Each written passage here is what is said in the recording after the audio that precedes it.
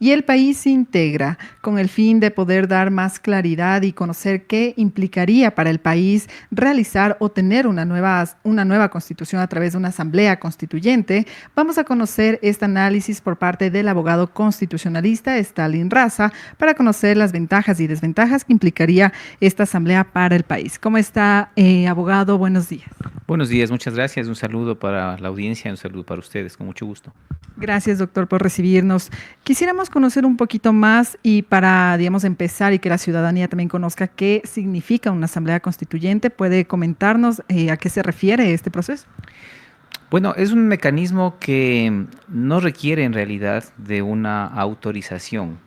La asamblea constituyente, hay dos tipos de asambleas constituyentes. Una asamblea constituyente originaria, que esa es un hecho político, que ocurre cuando las sociedades, los pueblos necesitan volver a organizarse y volver a definir su pacto social. Y esto no requiere de ninguna autorización, no requiere de ningún requisito jurídico, digamos.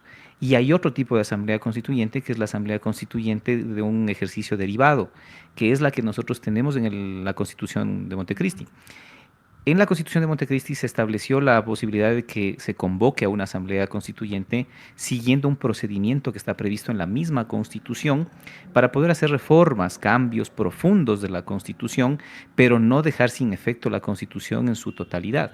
Porque al nacer de la Constitución no puede derogar la misma Constitución, sino que va a ser orientada simplemente a hacer reformas profundas. Esto tiene un procedimiento que exige una aprobación de la Corte Constitucional, exige la iniciativa ya sea de la Presidencia de la República, de la Asamblea, de la ciudadanía organizada, pasa a los dictámenes de la Corte, pasa a la recolección de firmas, pasa a la aprobación mediante consulta, tiene que organizarse elecciones, en fin, este es un procedimiento mucho más elaborado, digamos. Es importante marcar esta diferencia porque normalmente las constituyentes que nacen del primer tipo, es decir, de las originarias, son el resultado de estallidos sociales importantes y de movilizaciones sociales importantes que demandan que se vuelva a replantear cuáles son los pilares fundamentales de convivencia de la sociedad. Es un hecho social. La segunda no tiene ese propósito, la segunda tiene por propósito resolver problemas institucionales, resolver problemas de reformas puntuales, pero que son profundas en materia de la Constitución, que no pueden ser hechas mediante los otros dos procedimientos, que son la enmienda, que son reformas, digamos, sencillas, superficiales, o mediante la reforma, que son modificaciones a la Constitución de carácter más importante, pero que no tocan en todo caso ni el mismo procedimiento de reforma constitucional ni la vigencia de los derechos. Entonces, habrá que ver cuál es la posición de quien la proponga. Si proponen una asamblea del primer tipo o del segundo, yo creo que tendrá que ser una del segundo tipo.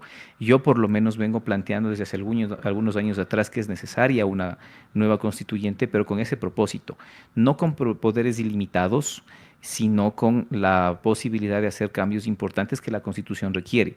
La sala de máquinas de la Constitución está haciendo agua por todos lados, por eso tenemos los conflictos institucionales que tenemos en este mismo momento y para poder resolver necesitamos hacer reformas profundas, profundas en el sistema político, profundas en el sistema de partidos, profundas en el sistema electoral, profundas en el sistema de justicia, profundas en la existencia misma del Consejo de Participación Ciudadana, por ejemplo.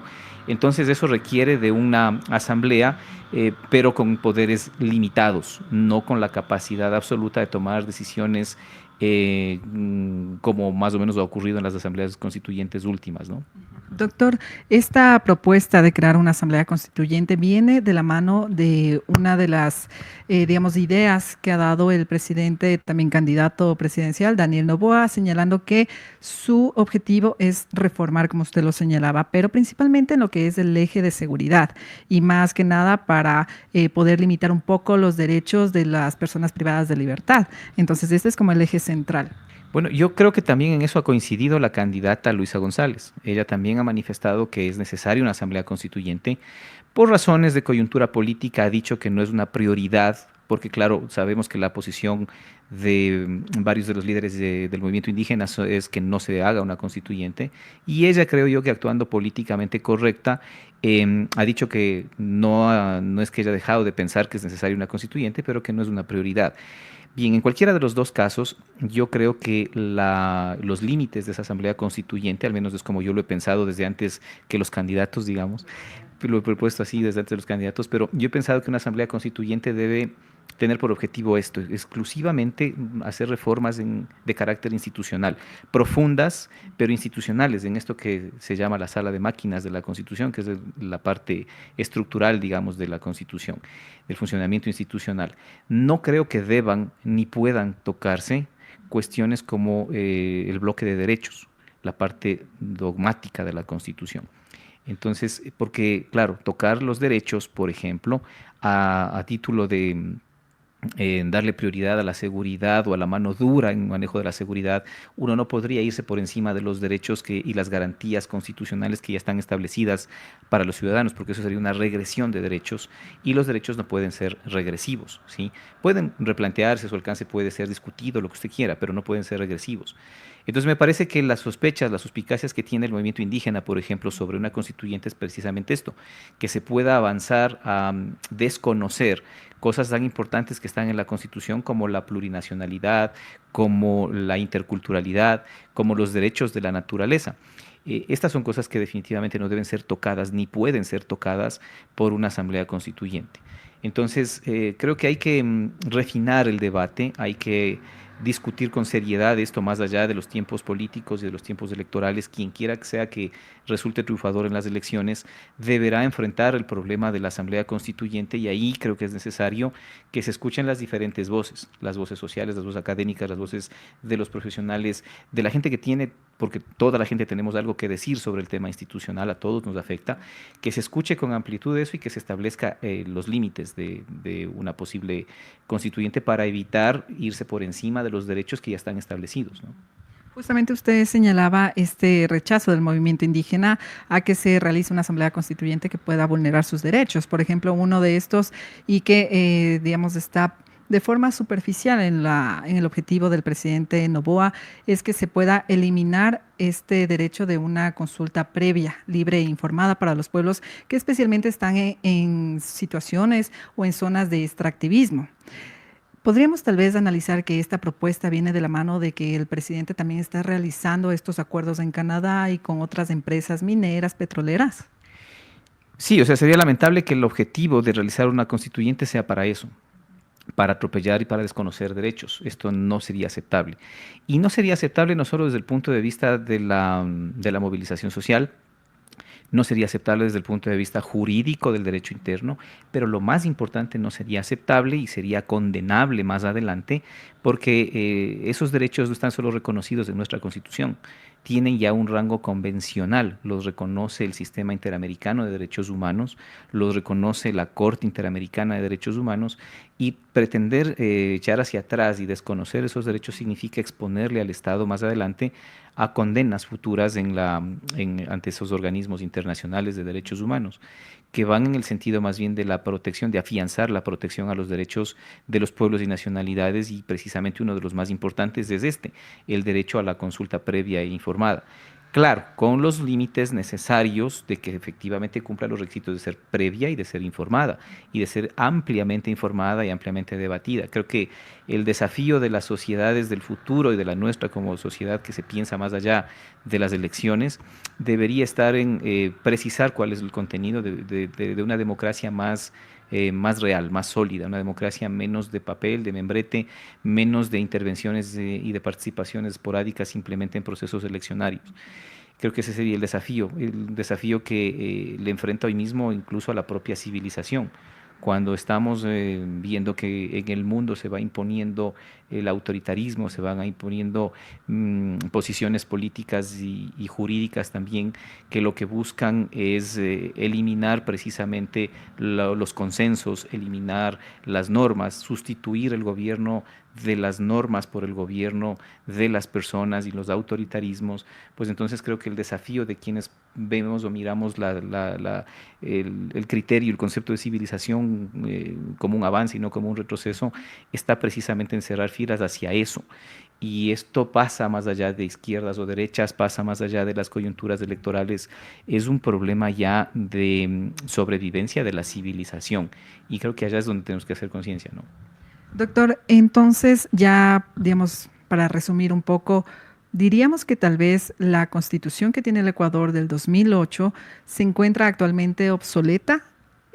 Podríamos decir que tal vez hay algunos artículos que están obsoletos, que deberían ser modificados, cambiados, como usted lo señalaba en el tema institucional. Sí, en lo institucional especialmente, fundamentalmente en lo institucional.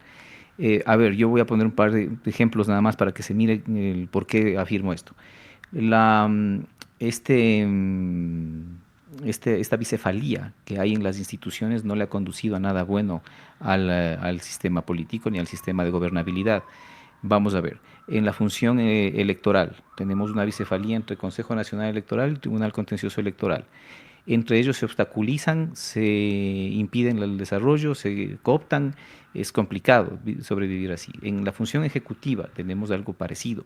Tenemos un Consejo de la Judicatura y una Corte Nacional de Justicia que a veces también se obstaculizan, se interfieren mutuamente, y aparte de eso tenemos una Corte Constitucional que también funciona dejando sin efecto las decisiones de la Corte Nacional, decisiones de la Corte Nacional o de los jueces ordinarios que no se compaginan con los desarrollos y el ritmo al que va la Corte Constitucional en su jurisprudencia.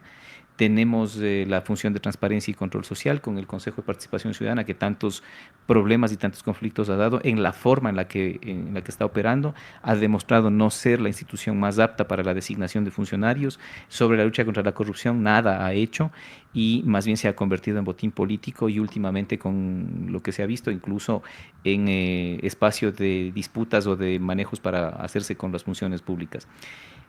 Y así por el estilo. Entonces es necesario pensar una forma de gobernabilidad en la que efectivamente sigan funcionando el sistema de pesos y contrapesos, pero sin que estos pesos y contrapesos lleguen a frenar y a obstaculizar absolutamente la gobernabilidad. El sistema de partidos políticos. Hoy mismo vamos a enfrentar, y por eso se vuelve además indispensable, es un hecho que se va a volver indispensable hablar de una asamblea constituyente, porque en la forma en la que está integrada el legislativo, la Asamblea Nacional para el próximo periodo, tenemos una polarización entre dos fuerzas políticas, y esas dos fuerzas políticas evidentemente van a obstaculizarse también. Entonces es necesario replantear el sistema de elecciones de los asambleístas, ver si conviene que se sigan eligiendo en primera vuelta o en segunda, ver cuáles son los mecanismos más adecuados de representación sectorial y geográfica, mirar si conviene mantener el mismo número de asambleístas que se tiene hoy mismo, mirar la forma de si conviene o no conviene sostener un presidencialismo tan monopólico como el que en este mismo momento existe. Estos son los desafíos que tiene que enfrentar una constituyente, pero los derechos, las garantías constitucionales no se pueden tocar. Muchísimas gracias, doctor. Como escuchábamos al abogado constitucionalista Stalin Raza sobre este análisis, si sería o no conveniente para el Ecuador implementar este mecanismo de una asamblea constituyente, que, como lo señalaba el doctor, es necesario realizar este análisis a profundidad, ya que es conveniente tal vez analizar posibles reformas a lo que sería el involucramiento o el tema institucional dentro de lo que contempla la Constitución actual. Sin embargo, también hay que contemplar que no se puede dar esta regresión de derechos humanos, incluso los derechos de la naturaleza, como lo señalaba el doctor especialista constitucionalista. Con esta información estaremos pendientes para traerles más novedades. Corape informa.